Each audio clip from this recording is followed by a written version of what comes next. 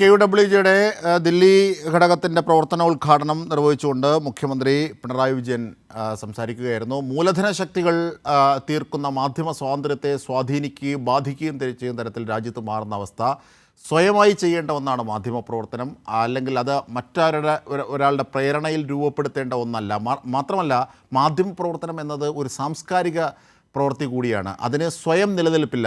അതിൻ്റെ പരിമിതി, സാംസ്കാരിക പ്രവർത്തനത്തിൻ്റെ പരിമിതിയെ വരച്ച് കാട്ടിക്കൊണ്ടാണ് അദ്ദേഹം സൂചിപ്പിച്ചത്. അതിന് സ്വയം നിലനിൽപ്പില്ല. അതൊരു മേൽക്കൂര പോലെയാണ്.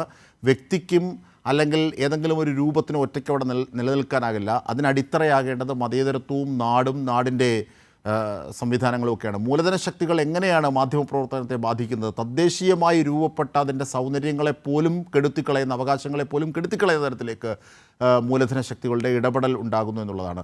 മതരാഷ്ട്രവാദം അടക്കമുള്ളവ മാധ്യമ സ്വാതന്ത്ര്യത്തെ എങ്ങനെ ബാധിക്കുന്നു എന്നതും അദ്ദേഹം ചൂണ്ടിക്കാണിച്ചു.